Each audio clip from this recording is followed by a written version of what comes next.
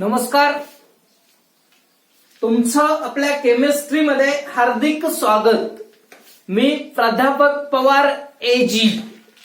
आता आज जो आपण हा एक लेक्चर घेणार आहे, बॅलन्सिंग द केमिकल रिएक्शन, म्हणजे विद्यार्थ्याच्या मागणीनुसार बऱ्याच विद्यार्थ्यांना रासायनिक अभिक्रिया कशी संतुलित करायची किंवा कशी बॅलन्स करायची हे अजूनही लक्षात आलेलं नाही। म्हणून विद्यार्थ्याच्या मागणीनुसार बऱ्याच जणांच्या विद्यार्थ्यांना अशी रिक्वेस्ट केली की आम्हाला एक लेक्चर हे रासायनिक अभिक्रिया कशा बॅलन्स करायच्या यावरती एक घ्या। म्हणून त्यांच्या विनंतीला मान देऊन आपण हे एक लेक्चर घेत आहे, बॅलन्सिंग द केमिकल रिएक्शन। आता रासायनिक अभिक्रिया संतुलित कशी करायची? आता रासायनिक अभिक्रिया संतुलित करत असताना आपल्याला दोन टर्म अगोदर माहित पाहिजे। एक आहे रिएक्टंट, रिएक्टंट्स। रिएक्टंट्सला आपण मराठीत म्हणतो अभिक्रियाकारके, अभिक्रियाकारके। आता रिएक्टंट कोणाला म्हणतो आपण? जे पदार्थ रासायनिक अभिक्रियेत भाग घेतात, जे पदार्थ रासायनिक अभिक्रियेमध्ये भाग घेतात अशा पदार्थांना काय म्हणायचं? अभिक्रियाकारके।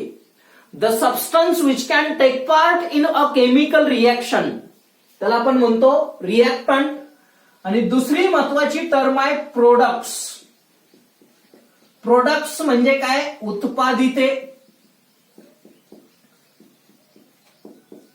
आता प्रोडक्ट म्हणजे काय? तर रासायनिक अभिक्रियेतून जे तयार होणारे पदार्थ, रासायनिक अभिक्रियेतून जे पदार्थ तयार होतात त्यांना आपण म्हणतो product. The substance which can be formed from the chemical reaction is called a product. आता रासायनिक अभिक्रिया इंडिकेट करण्यासाठी आपण काय करतो? एरोचा वापर करतो। एरो, वेगवेगळ्या प्रकारचे एरो असतात, ते आपल्याला जसे रिएक्शन येतील त्यावेळेस आपण पाहणार आहे। या एरोच्या लेफ्टला असतात रिएक्टंट आणि राईटला असतात प्रोडक्ट्स। लेफ्टला असतात रिएक्टंट आणि राईटला असतात प्रोडक्ट। आता रासायनिक अभिक्रिया बॅलन्स करणं म्हणजे काय? तर हा जो एरो आहे, या एरोच्या लेफ्टला जेवढे ऍटम असतात, वेगवेगळ्या मूलद्रव्याचे जेवढे ऍटम असतात तेवढेच राईटला पाहिजे। तेवढेच काय पाहिजे? राईटला। म्हणजे समजा इकडं कार्बन जर समजा 10 असतील तर इकडं सुद्धा कार्बन किती पाहिजे? 10च पाहिजे। जर समजा इकडं हायड्रोजन समजा 20 पाहिजे असतील तर इकडं सुद्धा हायड्रोजन किती पाहिजे? 20च पाहिजे। समजा इकडं ऑक्सिजन किती आहेत? 4 आहेत, इकडं सुद्धा ऑक्सिजन किती पाहिजे? 4। म्हणजे जेवढे रिएक्टंट मधले ऍटम असतात तेवढेच प्रोडक्ट मध्ये पाहिजेत। जर असं असेल तर त्यावेळेस ते समीकरण काय झालं? म्हणजे बघा, जेवढं रिएक्टंट असतात तेवढेच प्रोडक्ट पाहिजे। जेवढ्या रिएक्टंट मध्ये वेगवेगळ्या मूलद्रव्याच्या ऍटमची संख्या जेवढी असते तेवढीच काय पाहिजे? तर प्रोडक्ट मधल्या मूलद्रव्याच्या अणूची संख्या असेल तर त्यावेळेस त्याला म्हणायचं बॅलन्स्ड केमिकल रिएक्शन। म्हणजे रिएक्टंट आणि प्रोडक्ट मध्ये आपल्याला फक्त काय करायचे? इक्वल ऍटम करायचे, त्यावेळेस आपण त्याला काय म्हणतो? ती रिएक्शन बॅलन्स झाली। आता आपण वेगवेगळी एक्झाम्पल बघितली। अगोदर समजा एक एक रिएक्शन घेतली। समजा पहिल्यांदा आपण काय केलं? सोप्या रिएक्शन बघायच्या। समजा काय आहे? सोडियम। सोडियमची रिएक्शन कुणाबरोबर केली? क्लोरीन बरोबर। त्याचं रूपांतर कशात होतं? सोडियम क्लोराइड मध्ये। आणि रासायनिक अभिक्रिया बॅलन्स करत असताना आपल्याला करेक्ट केमिकल फॉर्म्युली माहित पाहिजे। सोडियम हायड्रॉक्साइड म्हणलं की तुम्हाला त्याचा फॉर्म्युला माहित पाहिजे। सोडियम क्लोराइड, सोडियम क्लोराइड म्हणलं की त्याचा फॉर्म्युला माहित पाहिजे। म्हणून करेक्ट केमिकल फॉर्म्युली हा सगळ्यात महत्वाचा पार्ट आहे रासायनिक अभिक्रिया बॅलन्स करत असताना। जर आपण फॉर्म्युला जर इनकरेक्ट लिहिला तर आपल्याला रिएक्शन बॅलन्स होत नाहीत। म्हणून बघा, सोडियम, सोडियम काय आहे? Na, सिम्बॉल काय आहे? Na। प्लस क्लोरीन Cl2, त्याचं रूपांतर कशात होत आहे? Sodium chloride NaCl. आता ही रिएक्शन आहे, ही रिएक्शन आपल्याला काय करायचं आहे? बॅलन्स करायचं आहे. बॅलन्स करत असताना काय करायचं? नेहमी ज्याच्यापासून आपल्याला लक्षात येतं तिथून सुरुवात करायची. हायड्रोजन हे नेहमी काय करायचे? शेवटी बॅलन्स करायचे. कारण हायड्रोजनची संख्या ॲरोमॅटिक कंपाऊंडमध्ये काय असते किंवा ऑर्गॅनिक कंपाऊंडमध्ये जास्त असते, त्यामुळे ते नेहमी काय करायचं? शेवटी बॅलन्स करायचं. आता बघा, इथं सोडियम किती आहे? 1. इथं क्लोरीन किती आहे? 2. इथं सोडियम 1 आहे आणि क्लोरीन 1 आहे. म्हणजे लक्षात काय येतं? क्लोरीन. इथं 2 आहेत आणि इथं क्लोरीन किती आहेत? 1. मग आपल्याला दोन्ही इक्वल करायसाठी काय करायचं? या ठिकाणी काय करायचं? 2 न गुणायचं.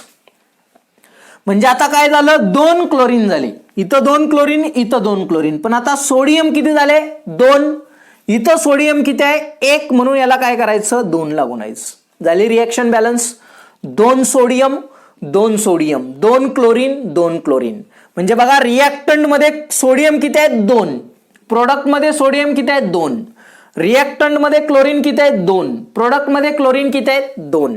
झाली रिएक्शन बॅलन्स. याला म्हणायचं बॅलन्स्ड केमिकल इक्वेशन. समजा आपण पुढचं एक्झाम्पल घेतलं. समजा झिंक आणि HCl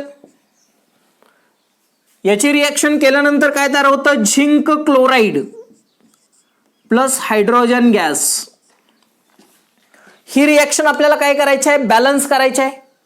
आता बॅलन्स करत असताना बघा, झेडियन इथं 1 आहे, इकडे 1 आहे. क्लोरीन इथं 2 आहेत, इथं 1 आहे, इथं 2 आहे. H इथं 1 आहे, इथं 2 आहे. म्हणजे आपल्याला काय करावं लागेल? इथं क्लोरीन 2 आहेत म्हणून याला 2 न गुणावं लागेल. 2 क्लोरीन 2 क्लोरीन 2H 2H. झाली बॅलन्स. बघा, रिएक्टंट मध्ये झिंक किती आहे? 1.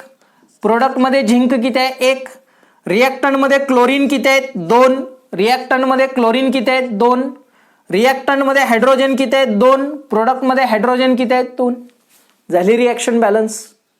म्हणजे ज्याच्यापासून आपल्याला लगेच लक्षात येतं त्याच्यापासून काय करायची? सुरुवात करायची. समजा तिसरं एक्झाम्पल घेतलं.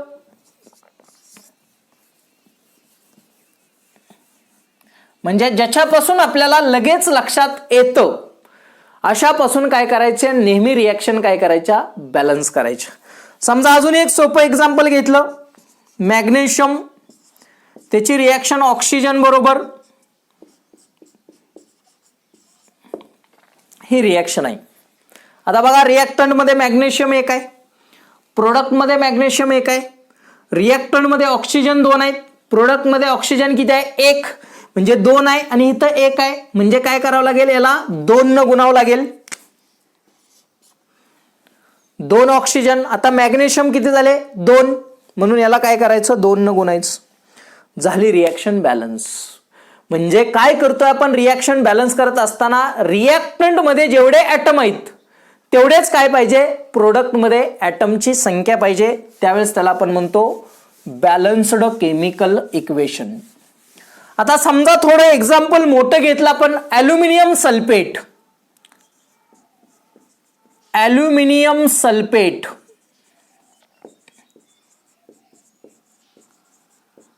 ॲल्युमिनियम सल्फेटची रिएक्शन अमोनियम फॉस्फेट बरोबर केली. Ammonium phosphate.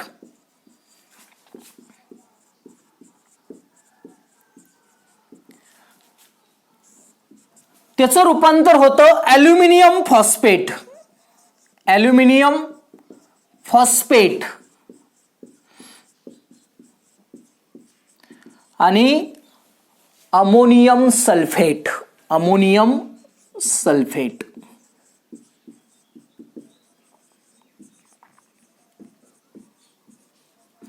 आता ही रिएक्शन आपल्याला काय करायची आहे? बॅलन्स करायची आहे.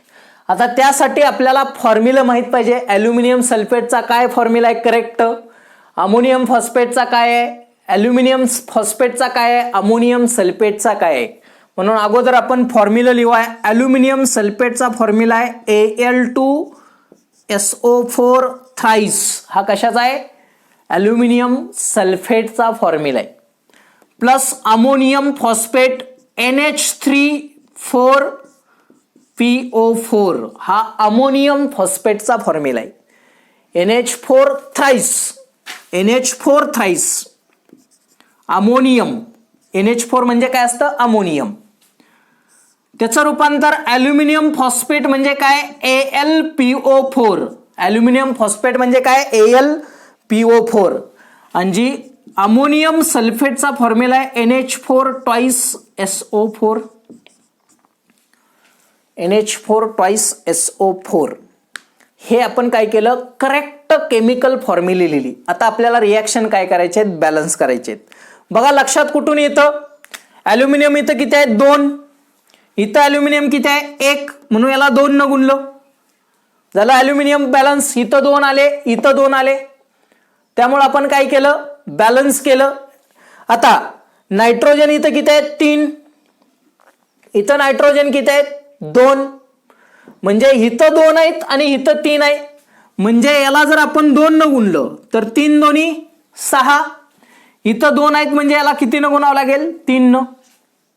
येते लक्षात? नायट्रोजन बघा, हे 3 गुणुले 2 6, 2 गुणुले 3 6, म्हणजे नायट्रोजन बॅलन्स झाले. आता ऑक्सिजन बघा, ऑक्सिजन किती आहेत बघा, हे 4 त्रिक 12. इथं किती आहेत? 4. 4 दोन्ही 8, 8 आणि 4 12. म्हणजे इथं किती आहेत? 4 त्रिक 12 आणि 4 16. 4 दोन्ही 8 आणि हे 4 त्रिक 12. 12 आणि 8 किती झाले? 20. 12 आणि 8 किती झाले? 20.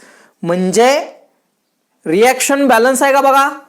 ऑक्सिजन बघा, 4 त्रिक 12, हे 4 गुणुले 2 किती झाले? 20. रिॲक्टंट मध्ये प्रोडक्ट मध्ये बघा, 4 गुणुले 2 8 आणि 4 त्रिक 12, हे 4 त्रिक 12 20. म्हणजे झालं रिॲक्टंट मध्ये 20 ऑक्सिजन, प्रोडक्ट मध्ये 20 ऑक्सिजन. सल्फर बघा 3, इथं सल्फर बघा 1 गुणुले 3 3, म्हणजे बॅलन्स झाली. आता राहिलं हायड्रोजन. हायड्रोजन बघा 4 त्रिक 12, 12 गुणुले 2 24, हे 4 गुणुले 3 12 आणि त्याला 2 न गुणले 24. इथं बघा 4 दोन्ही 8 गुणुले 3 24, म्हणजे झाली बॅलन्स. याला म्हणायचं बॅलन्स्ड केमिकल रिॲक्शन, रासायनिक अभिक्रिया बॅलन्स करणं. समजा आपण पुढचं एक्झाम्पल घेतलं, इथेन C2H6 घेतलं प्लस आयोडीन घेतलं,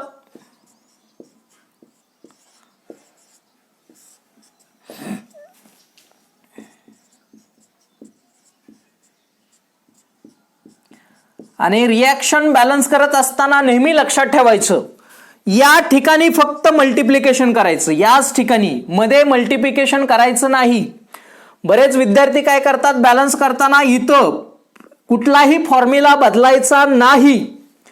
जे काय असेल ते सुरुवातीलाच फक्त काय करायचं, मल्टिप्लिकेशन. म्हणजे इथं इथं इथं इथं आणि इथं, इथंच फक्त आपल्याला काय चेंज करायचं ते करायचं, फॉर्म्युला बदलायचा नाही. बरेच जण काय करतात, बॅलन्स होत नाही, ऑक्सिजन बॅलन्स होत नाही, H2O चं H2O2 करतात, मग लगेच कंपाऊंड बदलतं. H2O म्हणजे वॉटर, H2O2 म्हणजे पिरॉक्साईड, म्हणून चेंज करायचं नाही. आता आपल्याला ही रिॲक्शन बॅलन्स करायची. बघा काय लक्षात येतं, आयोडीन इथं किती आहेत बघा, 2 आणि 1 3, इथं किती आहे 1, म्हणजे 1 ला किती न गुणलं 3 न, आयोडीन बॅलन्स झाले.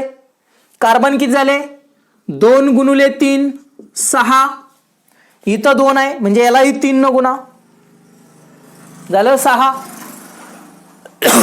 आता ऑक्सिजन इथं 3 आहेत, याला 3 न गुणा, झालं.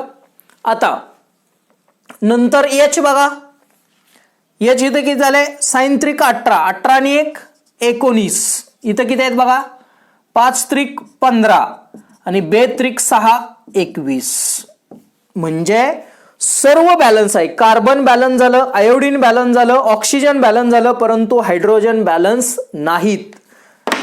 म्हणजे समजा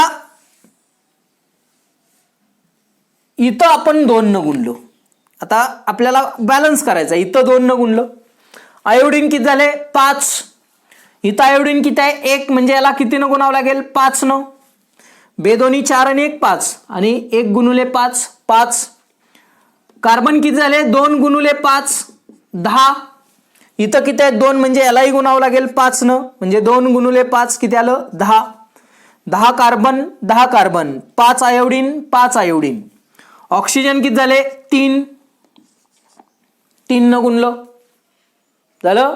आता हायड्रोजन 6 पंच 30 आणि 1 31, 5 गुणुले 5 25, बेत्रिक 6 25 आणि 6 31, आणि इथं किती आहेत 6 गुणुले 5 30 आणि हा 1 31. म्हणजे बघा 5 गुणुले 2 10 कार्बन 10 कार्बन, बेदोनी 4 आणि 1 5 iodine, 1 गुणुले 5 5 iodine, 3 oxygen 3 oxygen. Hydrogen 6 पंच 30 आणि 1 31, 5 गुणुले 5 25 आणि बेत्रिक 6 31. म्हणजे झाली रिॲक्शन बॅलन्स.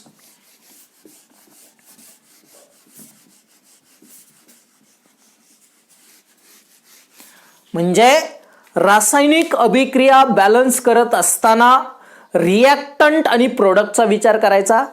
रिॲक्टंट मध्ये जेवढे मूलद्रव्याचे ॲटम आहेत तेवढेच काय पाहिजे प्रोडक्ट मध्ये पाहिजे.